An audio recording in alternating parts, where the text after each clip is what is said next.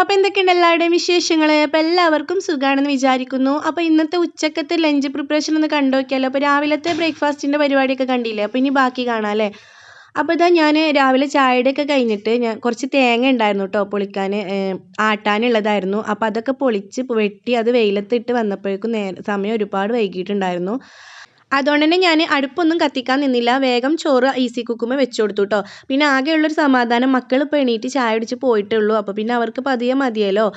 അപ്പം ഞാനിതാ ചോറിനുള്ള വെച്ചിട്ട് ഒരു കൈപ്പങ്ങ ഉണ്ടായിരുന്നു കേട്ടോ, അതൊന്ന് ചോപ്പ് ചെയ്തെടുക്കുന്നുണ്ട്. ആദ്യമായിട്ടാണ് കേട്ടോ ഞാൻ ചോപ്പ് ചെയ്തെടുക്കുന്നത്. അപ്പോൾ എൻ്റെ വീഡിയോ ആദ്യമായിട്ട് കാണുന്നവരാണെങ്കിൽ ഒന്ന് സബ്സ്ക്രൈബ് ചെയ്ത് സപ്പോർട്ട് ചെയ്യണേ.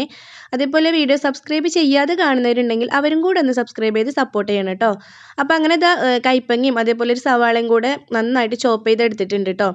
പിന്നെ ഞാനിതാ കടുവറുത്തെടുക്കുകയാണ്.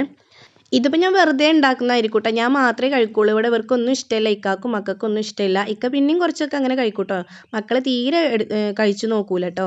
അപ്പോൾ അപ്പോഴേക്കും ഇതാ ചോറ് തിളച്ചിട്ടുണ്ടായിരുന്നു. അപ്പോൾ അത് ഞാൻ റൈസ് കുക്കർക്ക് ഇറക്കി വെച്ച് കൊടുത്തിട്ടുണ്ട്. അപ്പോഴേക്കും ഉപ്പേരിയും ഏകദേശം വെന്തു. അപ്പോൾ അതിലേക്ക് തേങ്ങയും പച്ചമുളകും കൂടെ ചതച്ചും കൂടെ ഇട്ട് കൊടുത്ത് അതങ്ങ് മാറ്റി വെച്ചു കേട്ടോ.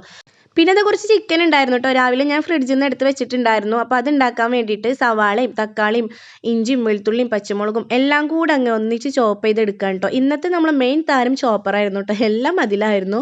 അപ്പോൾ അങ്ങനെ അത് ഒന്ന് നന്നായിട്ട് വാട്ടിയെടുക്കുന്നുണ്ട് കേട്ടോ. പിന്നെ നമ്മൾ നോർമലി ചിക്കൻ കറി ഉണ്ടാക്കും പോലെ തന്നെ മഞ്ഞൾപ്പൊടി, മല്ലിപ്പൊടി, മുളക് പൊടി, ഗരം മസാല, ചിക്കൻ മസാല അങ്ങനെ കണ്ട പൊടികളൊക്കെ വാരി വലിച്ചിട്ടിട്ട് ചിക്കനും കൂടെ അതിലേക്ക് ഇട്ട് കൊടുത്തിട്ട് അതങ്ങ് വേവിക്കാൻ വേണ്ടി വെച്ച് കൊടുക്കുന്നുണ്ട് കേട്ടോ. വെള്ളം ഒഴിച്ചിട്ടില്ല, കാരണം ഞാൻ വരട്ടിയെടുക്കാമെന്ന് വിചാരിച്ചിട്ട്.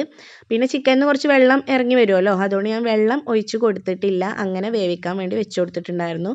അപ്പോൾ ഇതാ ഇടയ്ക്കതൊന്ന് ഇളക്കി കൊടുത്തു. ഇതിൻ്റെ ഇടയിൽ പാത്രം മോറലും അകടിച്ച് വാരലും ഒക്കെ കഴിഞ്ഞിട്ടുണ്ടായിരുന്നു കേട്ടോ. പിന്നെ ഞാനിതാ കുറച്ച് വെണ്ടയ്ക്കയും തക്കാളിയും കൂടെ ഒന്ന് താളിച്ചെടുക്കുന്നുണ്ട്.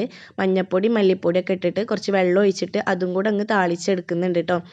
അപ്പോൾ പിന്നെ തുടക്കാനും കൂടെ ഉണ്ടായിരുന്നു. അപ്പോൾ ഞാനിത് അടുപ്പത്ത് വെച്ചിട്ട് തുടക്കാനും കൂടെ നിന്നിട്ടുണ്ടായിരുന്നു കേട്ടോ. പിന്നെ തുടക്കലൊക്കെ കഴിഞ്ഞിട്ട് ഞാൻ നല്ല വിശപ്പുണ്ടായിരുന്നു കേട്ടോ, കാരണം ഞാൻ രാവിലെ ചായ കുടിച്ചിട്ട് പിന്നെ ഒന്നും കഴിച്ചിട്ടുണ്ടായിരുന്നില്ലല്ലോ. അപ്പോൾ അതുകൊണ്ട് തന്നെ നല്ല വിശപ്പുണ്ടായിരുന്നു.